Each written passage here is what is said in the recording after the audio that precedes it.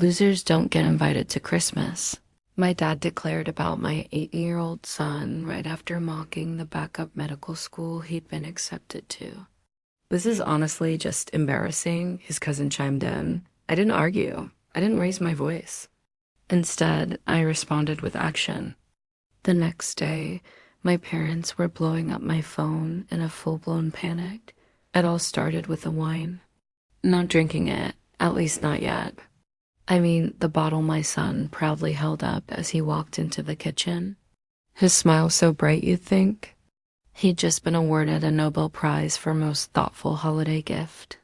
Got the last one at the third store, he said, cheeks pink from the cold. It's Grandpa's second favorite. I tried 5 places for the usual, but no luck. I can keep checking later, though. He was proud, genuinely proud of that mid-range bottle of red.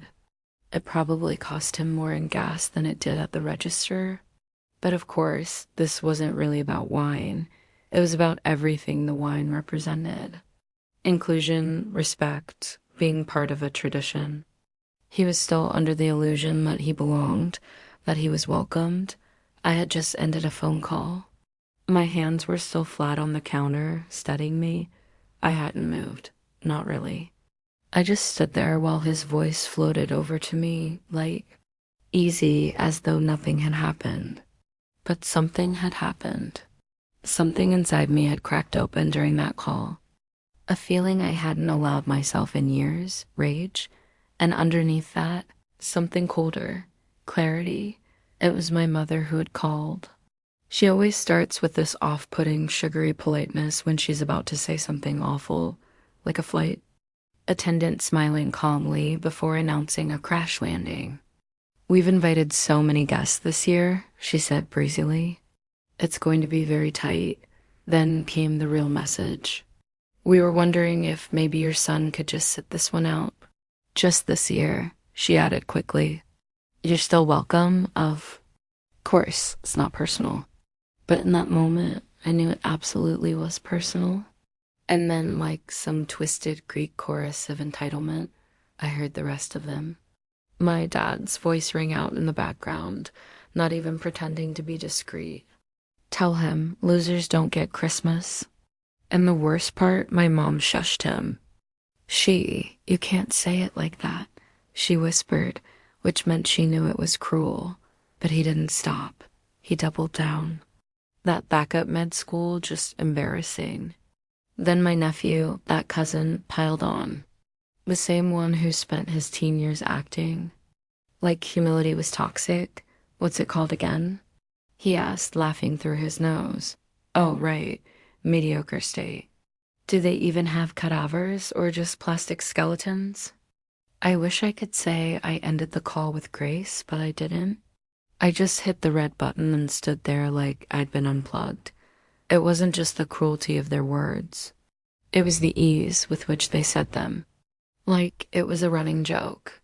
They'd been telling behind our backs for who knows how long. And the most heartbreaking part, my son hadn't heard a thing. He was still in the living room, carefully wrapping a small box in cheap paper. A gift he'd picked out just for my mom. I think it was her favorite tea, the kind he'd ordered online 2 weeks ago, just to make sure it arrived on time. His face lit up as he told me about it. They were almost out of this too, he said. Funny how stuff disappears around Christmas, huh? I nodded. Maybe I blinked. I honestly don't remember because what do you say to a kid who still believes that? Effort earns you love. I didn't say anything. Not then.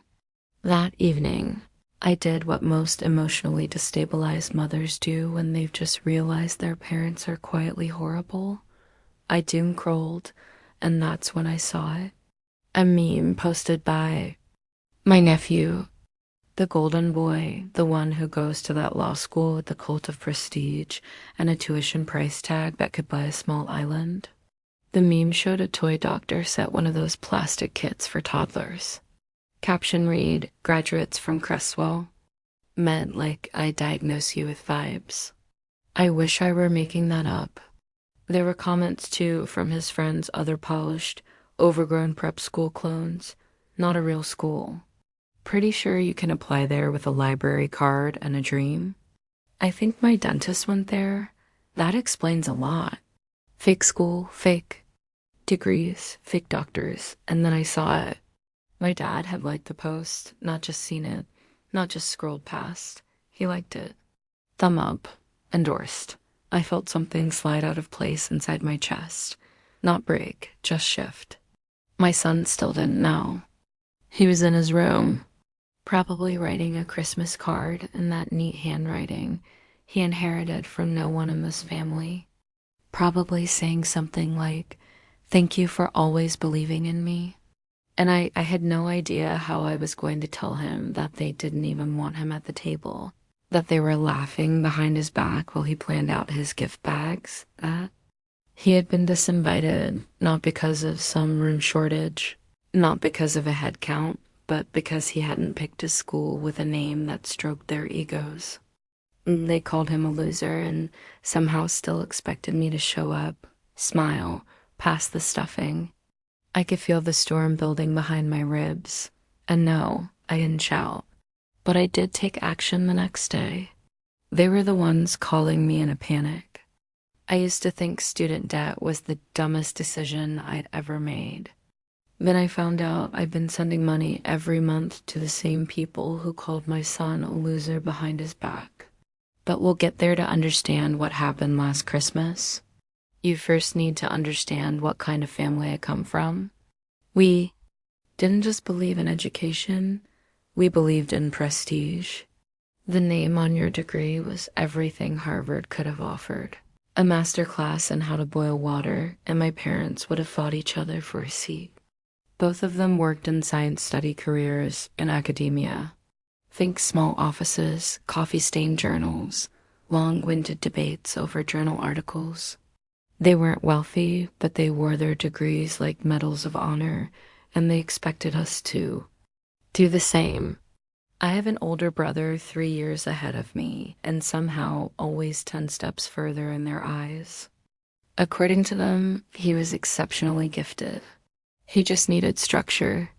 And by structure, I mean endless tutors, coaching programs, extra courses, academic summer camps. Nothing was too expensive. Nothing was too much. By the time I was 5, I was being coached for a competitive primary school entrance exam. There were flashcards on the fridge, pop quizzes at dinner. At one point, I had a laminated test schedule pinned to my bedroom door. I'm not kidding. The pressure wasn't called pressure, it was called support. When my brother got into a prestigious law program, it was treated like a family coronation. My parents printed the acceptance email, framed it, celebrated with a dinner. That probably cost more than my first apartment security deposit. They paid his tuition, housing, books, snacks, everything. He was the investment, then came my turn. We'd love to help, they said, but things are a little tight right now. Funny how the money had run out by the time I arrived at the same milestone, but they still wanted me to go to that top-tier university. They just didn't want to pay for it. We'll help you apply for scholarships. My dad offered loans are totally normal, my mom added, and once you graduate, it'll all be worth it. So I went. I took the loans, I studied hard, I did everything right, and I graduated with a shiny diploma and over 100 grand in debt. No one clapped. When the payments started, no one offered to help when the interest piled up. Now, I'm in my early 40s. I have a good job. I'm doing okay, but I'm still carrying that debt like a second spine, living paycheck to paycheck. Skipping things, budgeting. Hard, smiling through it all. When my parents retired, they told me they were struggling. We didn't save enough. They said, "You know how it is in academia." And because I was still trying to be a good daughter, I believed them. I started sending money, just a little at first. Grocery bills, electricity, a few small things. Then it became more regular. I cut corners in my own life, skipped vacations, skipped upgrades, delayed fixing my roof. I figured it was what good daughters do. It never occurred to me that they might be using that money for something else. We'll come back to that. Let's talk about how I raised my son. I never sold him. The fantasy never told him that college was only worthwhile if the name looked good on a resume. I told him to choose a path he could live with and afford. I didn't want him to go through what I did, and he listened. He watched me struggle. He heard the sighs at bill time, the way my voice changed when I checked my bank balance. He never said much, but I know he saw it, so when college decisions came, he made his own quiet choice. He got into Bignum University, a school my parents would have lost their minds over, but he didn't tell them. He didn't want their input. He didn't want the pressure. Instead, he chose a local med school. Not top 10, not Ivy, but solid, reputable. He got a partial scholarship. He could live at home. No loans. I was proud, not just of the acceptance, but of the wisdom in his decision. He chose peace over prestige. But to my parents, that decision made him an embarrassment. They couldn't see past the ranking. They couldn't hear the logic over the sound of their own egos cracking. It shouldn't have surprised me. Not when you look at how they treat my brother's son, just 1 year older than mine. He's following in his dad's footsteps. Law school, big name, big price tag. He doesn't work, doesn't have to. My brother and his wife paid for private school, test prep, tuition, the works. He's smug, arrogant, and frankly unpleasant. But to my parents, he's the golden grandchild. They post about him online, long captions, proud updates. They call him the next great mind. My son, they barely mention him. Maybe a throwaway sentence. If I bring him up first every year, my parents host Christmas dinner. It's always the same. Group, family, old friends. Academic colleagues turned family friends. It's tradition. And over the years, I became close to many of them. So did my son. These weren't just my parents' guests. They were our people. He grew up sitting at that table, calling them aunt and uncle, even when they weren't blood. They came to his concerts, sent birthday cards.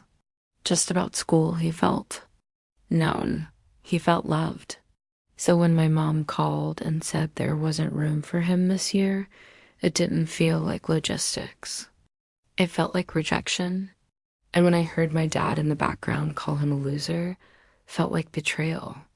I used to think the worst mistake I ever made was going into debt for a diploma.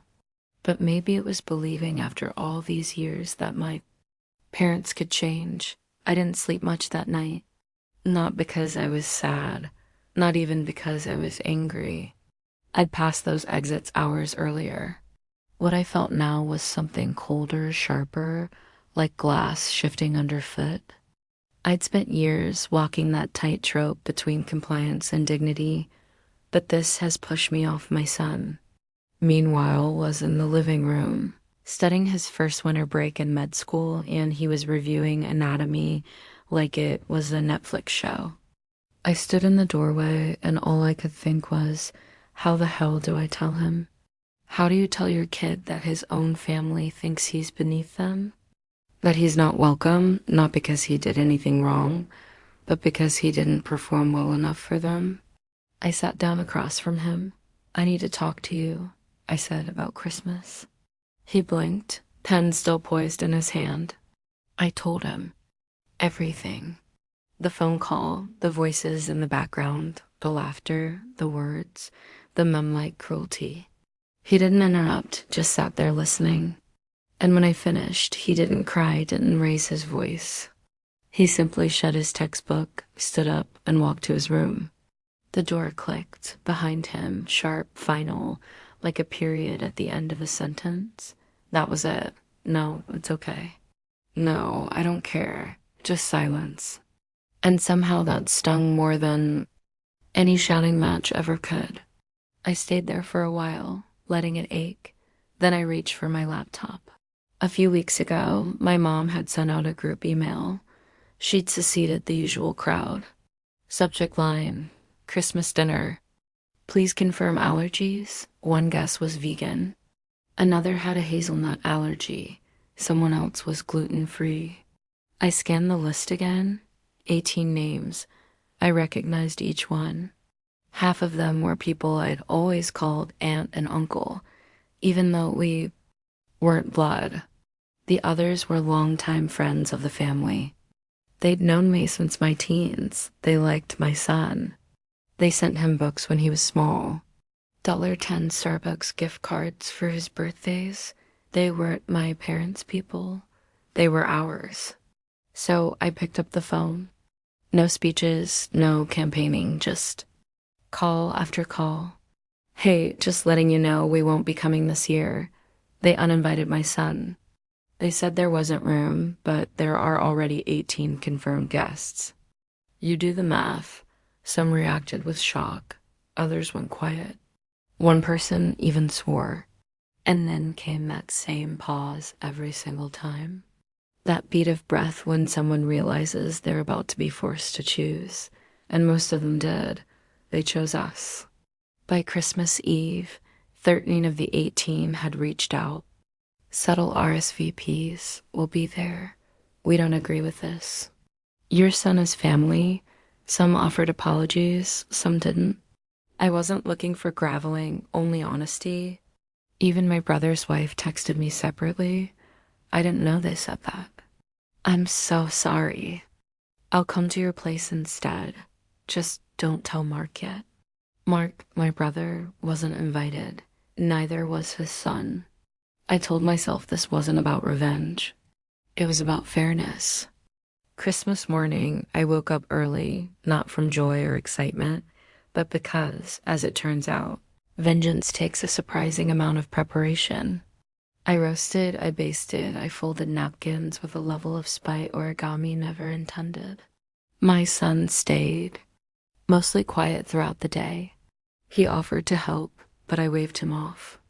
I think he understood I needed this more than he did. By 5 p.m., the house was buzzing. The table strained under the weight of food. The lights glowed warmly. The tree sparkled as if it knew the whole story. People showed up bearing wine, gifts and hugs that lingered just a little longer than usual. They told my son they were proud of him, that med school, any med school, was something to celebrate. They reminded him of his third-grade science fair volcano, the one with the exploding lava and the oversized safety goggles. They made him laugh. They made him feel seen. And then my phone rang. I glanced at the caller ID, of course. I stepped out onto the porch to answer. Cold air, stillness, my hands still slick from carving the turkey. What did you do? She barked. No greeting, no pleasantries, just pure rage. What the hell did you say to them? To who? I asked, calm and steady. Everyone, she hissed. We made dinner for 18 people. 2 showed up and one of them was your brother. Sounds like a peaceful evening, I said. Plenty of leftovers. This isn't funny, Caroline. No, it's not. Did you tell them we uninvited him? You did uninvite him. That's not how we meant it. You said there wasn't space. There wasn't, she snapped. Not for a loser, right? I cut in. Not for someone who picked a school that wouldn't make your friends jealous. Dramatically, not angrily, just finally back inside. The room was loud and warm. Someone had pulled out a board game. Someone else was refilling wine. My son was on the couch, laughing with a woman who used to babysit him. He looked okay. He looked all right. And for the first time in a long time, so did I. I didn't raise my voice. I didn't throw a tantrum. But I made damn sure they heard me. Anyway, by the time the last guest left and I finished scrubbing gravy off the stovetop, the house was quiet again, but it wasn't the same kind of quiet as before. Something had shifted permanently. My son was upstairs. I could hear him pacing. Maybe on the phone, maybe not. He hadn't said much all night. He'd smiled.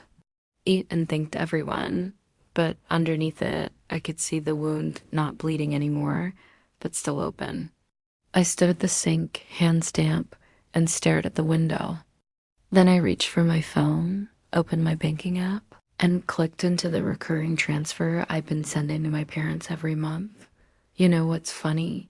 I didn't even blink. I just hit cancel. No ceremony, no final message, just done. I used to think I was being a good daughter. They were retired. I wasn't rich, but I was stable. And they said their pensions didn't stretch far. So I helped quietly, steadily.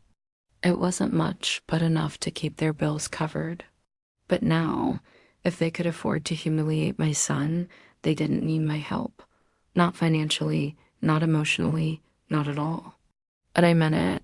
3 days later, I got the notification. My mom had posted something in the wider family group chat.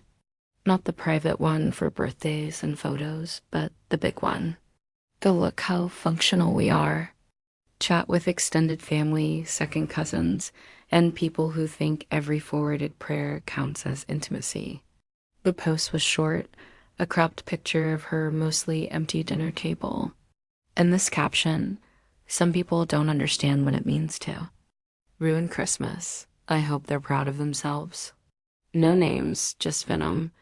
I stared at it for a while, then set my phone down, made myself tea, and came back. 10 minutes later, there were already replies, a few question marks. Oh, what happened?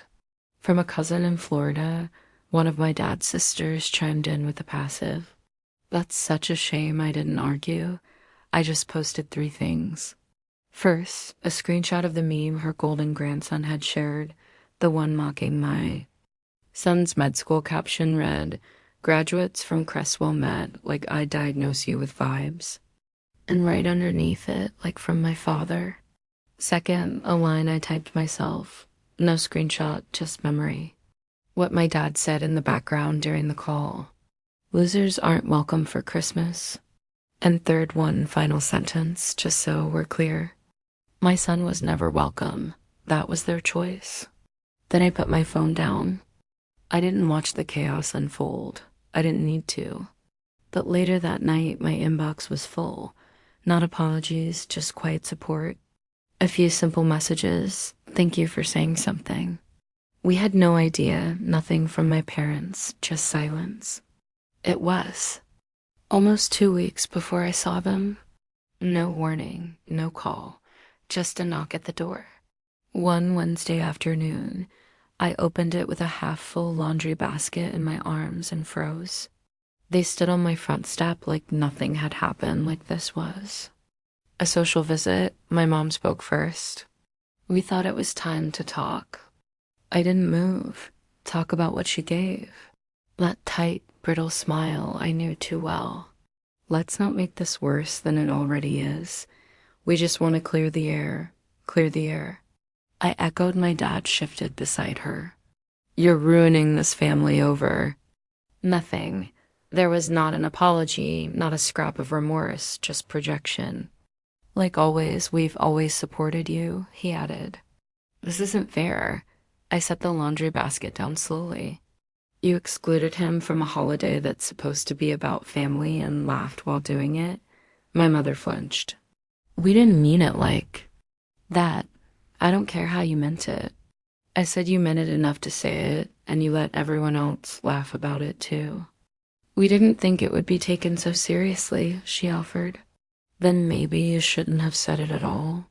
She opened her mouth again, but I stepped back and shut the door. Not slammed, just closed from done. I didn't cry. I didn't shake. And I didn't feel guilty, not even a little.